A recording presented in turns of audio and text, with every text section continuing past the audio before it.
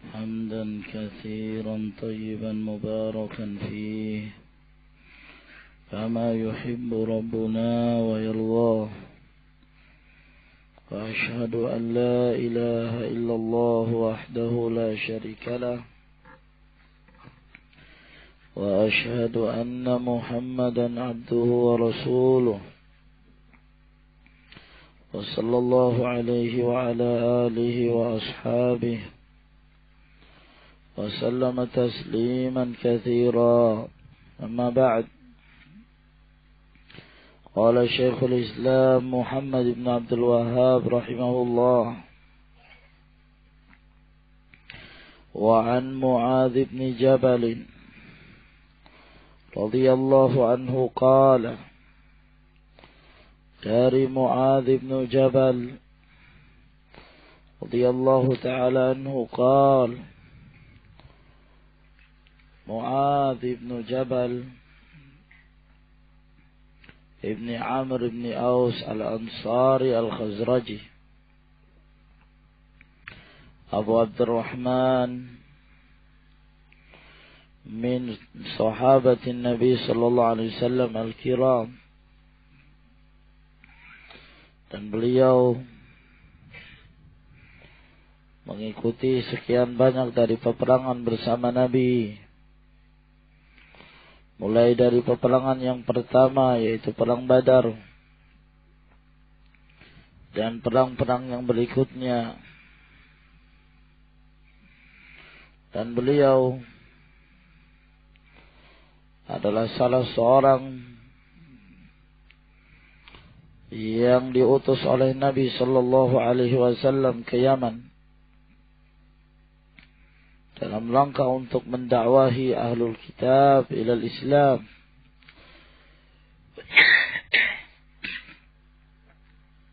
Dan sebagaimana yang kita ketahui bahwa manhaj para nabi dan rasul dan anjuran mereka kepada umatnya bahwa mereka berdakwah di atas basirah, berdakwah di atas ilmu. Oleh karena itu, jika Nabi sallallahu alaihi wasallam mengirim seseorang satu tempat, menunjukkan orang yang diutus oleh Nabi sallallahu alaihi wasallam tersebut adalah seorang alim min ulama'is sahabah. Ini keutamaan yang dimiliki oleh Mu'adz bin Jabal radhiyallahu ta'ala anhu. Oleh karenanya di dalam salah satu riwayat yang sahih bahwa Nabi sallallahu alaihi wasallam menyatakan, Mu'adzun yuhsyaru yaumal qiyamati amamal ulama biradwah, bahwa Mu'adz itu dikumpulkan nanti pada hari kiamat di hadapan para ulama selangkah.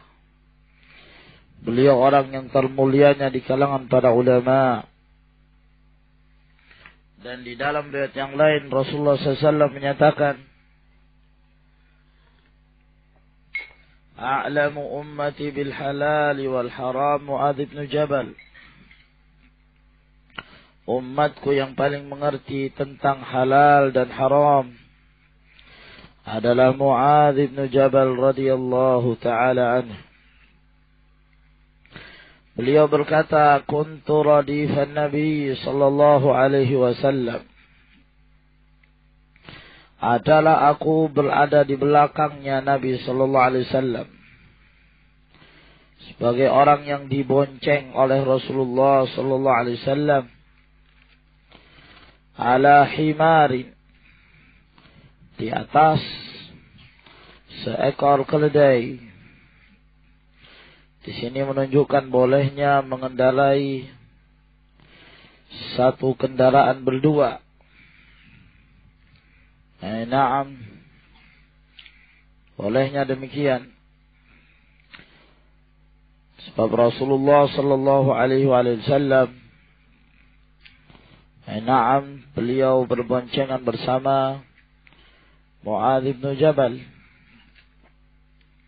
Dan di dalam hadis ini pula menunjukkan keutamaan yang dimiliki Mu'adz, di mana beliau diberikan kesempatan untuk berboncengan bersama Rasulullah sallallahu alaihi wa ala alihi wasallam di atas seekor keledai. Akan tetapi selama kendaraan tersebut mampu untuk memikulnya, ya, dan tidak diperbolehkan berlebihan memberikan beban yang sangat berat bagi seekor hewan dengan beban yang sangat-sangat berat yang menyebabkan mereka kewalahan, sebab mereka pun adalah salah satu dari makhluk Allah subhanahu wa ta'ala dan memiliki kekuatan yang terbatas. Maka hendaklah mereka yang memiliki hewan untuk memperhatikan kondisi hewan tersebut, jangan memberikan beban apa-apa yang mereka pun tidak mampu untuk melakukannya. Ala himarin, di atas keledai. Keledai, di dalam riwayat yang lain bahwa keledai milik Nabi SAW tersebut bernama Ufair. Sebab hewan-hewan yang dahulu yang dekat dengan manusia, kadang mereka memberi nama. Maka tatkala mereka berdua berada di atas keledai tersebut, faqala li, lalu Rasulullah sallallahu alaihi wasallam mengatakan kepadaku, ya Mu'adz, wahai Mu'adz, ya, menunjukkan boleh memanggil dengan nama seseorang. Dan Rasulullah sallallahu alaihi wasallam boleh memanggil siapa saja dari kalangan para sahabat dengan namanya, kecuali Rasulullah alaihi salatu wassalam. Beliau tidak diperbolehkan bagi para sahabat untuk memanggilnya dengan kata-kata atau dengan menyebutkan namanya, dengan penyebutan wahai Muhammad, tidak diperbolehkan. Sebab Allah subhanahu wa ta'ala berfirman, la taj'alu du'a ar-rasul ka du'ai ba'dikum ba'da. Jangan kalian menjadikan panggilan kalian pada Rasul seperti sebagian kalian memanggil sebagian yang lain. Ya Mu'adz, wahai Mu'adz, atadri ma haqqullahi 'alal ibadi? Apakah kamu tahu apa haknya Allah subhanahu wa ta'ala terhadap hamba-hambanya? Wa ma haqqul ibadi 'ala Allah, dan apa haknya hamba itu terhadap Allah tatkala para hamba telah menunaikan kewajibannya kepada Allah Subhanahu wa taala. Di dalam hadis ini menunjukkan baiknya Rasulullah sallallahu alaihi wasallam di dalam memberikan pelajaran kepada para sahabat. Sebelum beliau memberikan ilmu, beliau memberikan sesuatu yang menyebabkan sahabat tersebut memperhatikan apa yang akan dikatakan oleh Rasulullah sallallahu alaihi wasallam. Oleh karena itu Rasulullah alaihi wasallam memberikan faedah dalam bentuk tanya jawab. Rasulullah bertanya agar kemudian ketika yang ditanya tersebut mendengarkan, maka dia akan seksama mendengarkan apa yang akan dikatakan oleh Rasulullah sallallahu alaihi wasallam. Apakah kamu tahu apa haknya Allah kepada hamba-hambanya? Yaitu apa yang harus dilakukan oleh hamba terhadap Allah ini. Apa yang telah menjadikan kewajiban hamba-hamba ini kepada Allah Subhanahu wa taala. Karena itu adalah merupakan hak Allah. Nah, wa ma haqqul ibadi 'ala Allah? Dan apa pula haknya hamba itu kepada Allah Subhanahu wa taala? Dalam artian apa yang menjadi balasan yang Allah Subhanahu wa taala pasti berikan kepada hamba tatkala mereka telah mengerjakan itu. Tatkala mereka telah menunaikan hak-hak Allah Subhanahu wa taala. Bukan berarti bahwa yang dimaksud dengan hakul ibadi Allah bahwa Allah itu ada yang mewajibkan seseorang. Ataukah hamba mewajibkan kepada Allah Subhanahu wa taala? Tidak. Bukan itu yang dimaksud. Sebab Allah Azza wa Jalla tidak ada seorang pun dan tidak ada satu makhluk pun yang bisa memaksa Allah Subhanahu wa taala.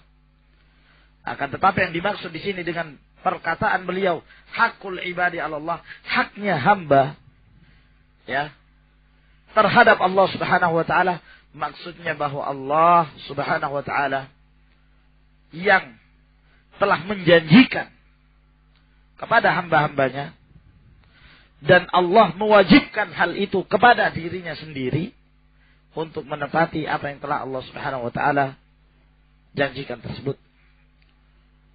Inna Allah la yukhliful mi'ad. Allah Subhanahu wa taala tidaklah mengingkari janji. Nah, qultu, lalu menjawab Mu'adz bin Jabal, Allahu wa rasuluhu a'lam. Allah dan Rasulnya lebih mengetahui.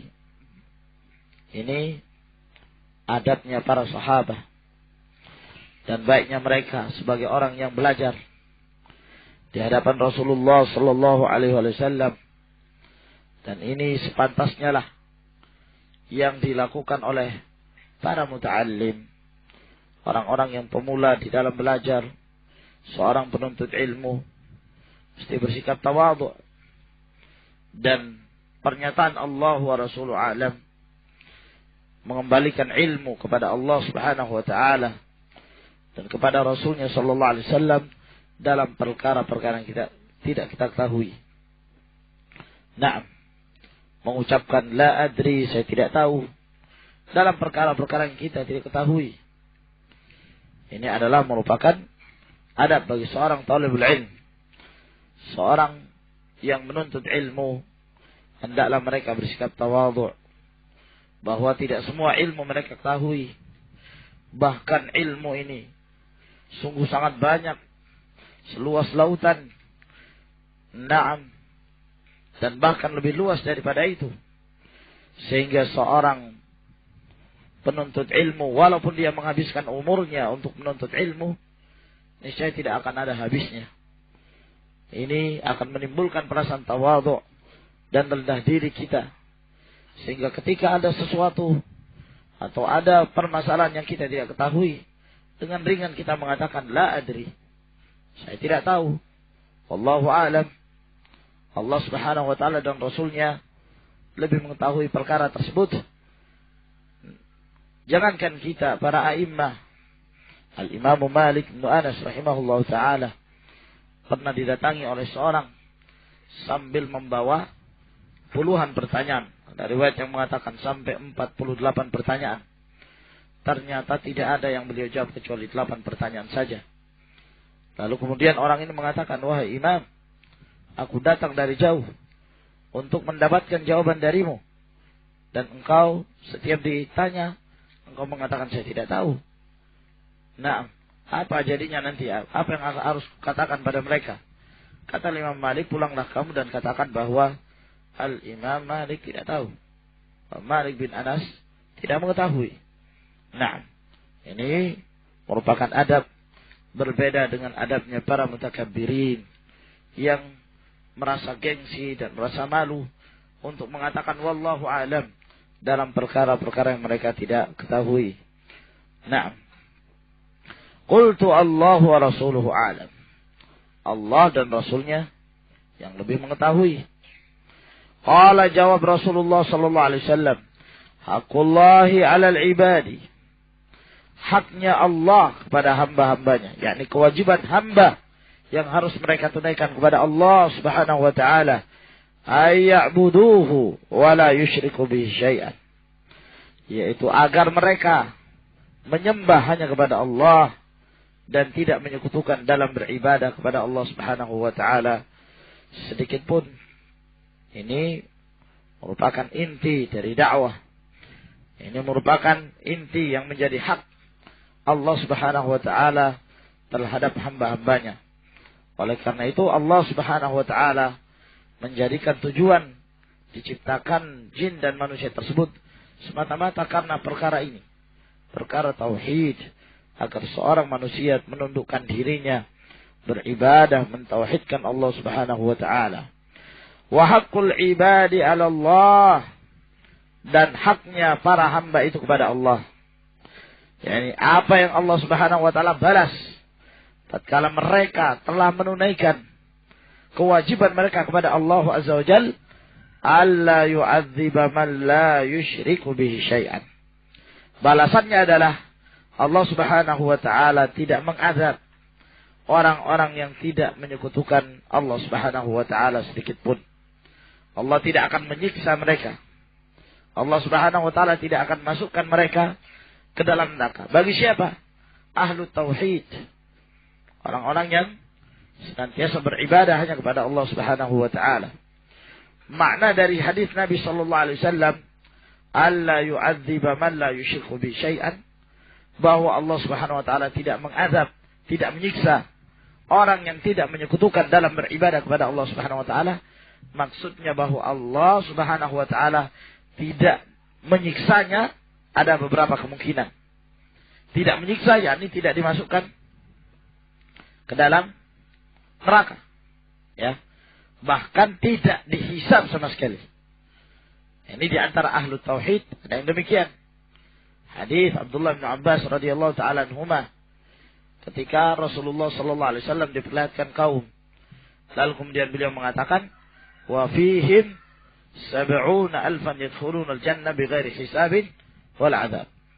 Bahwa di antara mereka ada 70 ribu orang yang masuk ke dalam surga tanpa dihisab dan tanpa pula diazab. Jadi tanpa dihisab dan tidak pula disiksa oleh Allah Subhanahu wa taala. Di antara ahlu tauhid ada pula yang tidak disiksa, yakni maksudnya tidak dimasukkan ke dalam neraka. Walaupun mereka dihisab, akan tapi mereka terselamat dan diberikan hisab yang yasir, diberikan hisab yang ringan. Faman utiya kitab mada ikhwan fasawfa yuhasabu hisaban yasira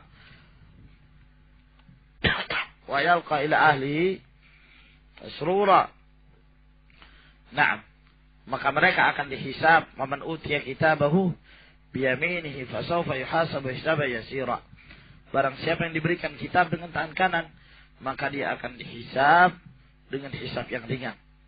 Mereka dari kalangan ahlu tauhid mendapatkan hisab tapi hisab yang ringan, dalam artian mereka terselamatkan dari siksaan Allah Subhanahu wa taala. Nah, dan di antara ahlu tauhid, ya, ada dari mereka yang mendapatkan siksaan dari Allah Subhanahu wa taala. Ya. Sehingga yang dimaksud di dalam hadis ini bahwa Allah tidak menyiksa orang tidak menyekutukan Allah Subhanahu wa taala, yaitu Allah tidak menyiksa dengan siksaan yang sifatnya selama-lamanya. La yu'adzibu man la yusyriku bi syai'an adzaban mukhalladan, abadiyan. Azab yang selama-lamanya. Nah. Ya. Sebab di antara ahlu tauhid ada yang berdosa, ada yang berbuat maksiat, dan di antara mereka ada yang diampuni dosanya oleh Allah Subhanahu wa taala, dan di antara mereka pula ada yang disiksa terlebih dahulu. Lalu kemudian setelah itu disebabkan karena mereka dari kalangan para muwahhidin, orang-orang bertauhid, maka diselamatkan oleh Allah dan dilemparkan ke dalam sungai Al-Hayah. Nah, sehingga yang dimaksud di dalam hadis ini bahwa Allah tidak menyiksa, ya, bagi mereka yang tidak diampuni oleh Allah Subhanahu wa taala dosanya, tidak disiksa dengan siksaan yang sifatnya abadian, selama-lamanya. Qultu, lalu aku pun bertanya kepada Rasulullah sallallahu alaihi wasallam, ya Rasulullah, inilah adab yang diamalkan oleh para sahabat terhadap nabinya. Mereka memanggil dengan panggilan yang kemuliaan. Mereka tidak memanggil dengan namanya, tapi mereka panggil dengan ya Rasulullah, wahai Rasulullah, wahai Nabiullah. Nah, Aubashirun nasa, apakah boleh aku berikan kabar gembira ini kepada manusia? Aku sampaikan pada mereka, ya, bahwa cukup kalian menjaga tauhid kalian, maka dengan tauhid kalian akan terselamat dari azab Allah Subhanahu wa taala. Bolehkah aku menyampaikan ini kepada manusia? Qala, kata Rasulullah sallallahu alaihi wasallam, la tubashshirhum fayattakilu. Jangan engkau sampaikan kabar gembira ini pada mereka. Ya, mereka akan ittikal. Mereka akan meninggalkan untuk tanafus, berlomba-lomba di dalam beramal. Ya, mereka nanti hanya mencukupkan diri, menyandarkan diri kepada tauhid mereka, lalu tidak berlomba-lomba untuk mendekatkan diri, memperbanyak ketaatan pada Allah Subhanahu wa taala. Maka di dalam hadis ini menunjukkan bahwa terkadang dalam suatu keadaan tidak semua apa yang kita ilmu itu harus disampaikan. Tidak semua apa yang kita ketahui itu harus disampaikan dan diutarakan. Akan tetapi harus kita melihat kepada maslahat dan mafsadah. Ya, maslahat dan mafsadahnya.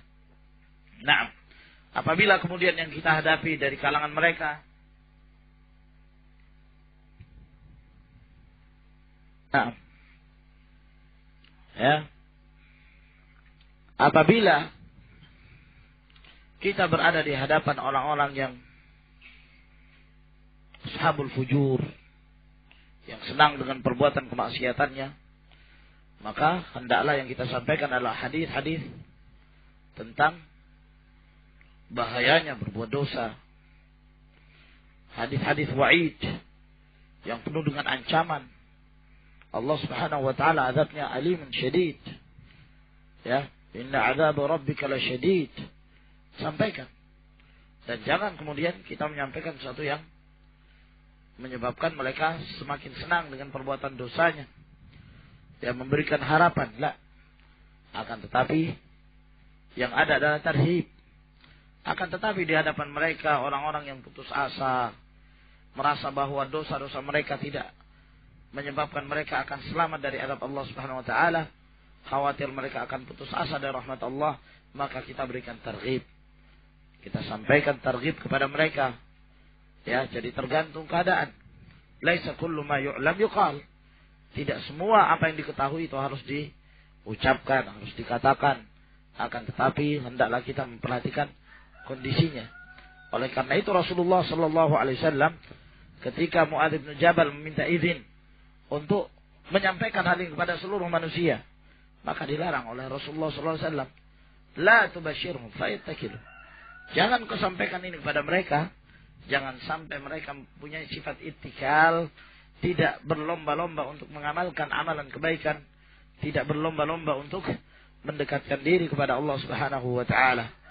Dan kejadian ini pun pernah dialami ya ketika Rasulullah sallallahu alaihi wasallam menyuruh Abu Hurairah dalam riwayat Muslim yang pernah kita sebutkan, sambil memegang terompah yang terompah Nabi sallallahu alaihi wasallam, dan beliau memerintahkan pada Abu Hurairah, siapa saja yang kau temui dari orang-orang yang ada di luar, di balik dinding ini, yang menyaksikan la ilaha illallah Muhammadar Rasulullah, maka sampaikan kabar gembira pada yang tentang surga.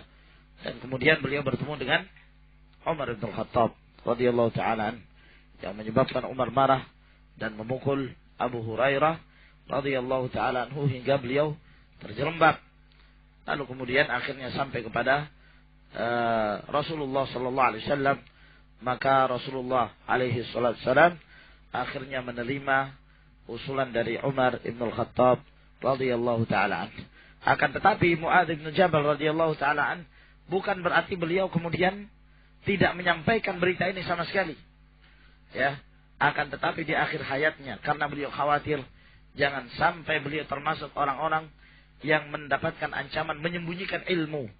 Ya, maka beliau khawatir jangan sampai beliau termasuk orang berbuat dosa, maka beliau pun mengabarkan di akhir hayatnya kepada beberapa dari kalangan para tabi'in yang kemudian merekalah yang meriwayatkan hadis ini, disebarkannya kepada umat ini. Akhrajahu fi sahihain. Hadis ini dikeluarkan oleh Bukhari dan Muslim. Naam. Wallahu a'lamu bis-shawab. Ila huna tafaddalu hafizakumullah.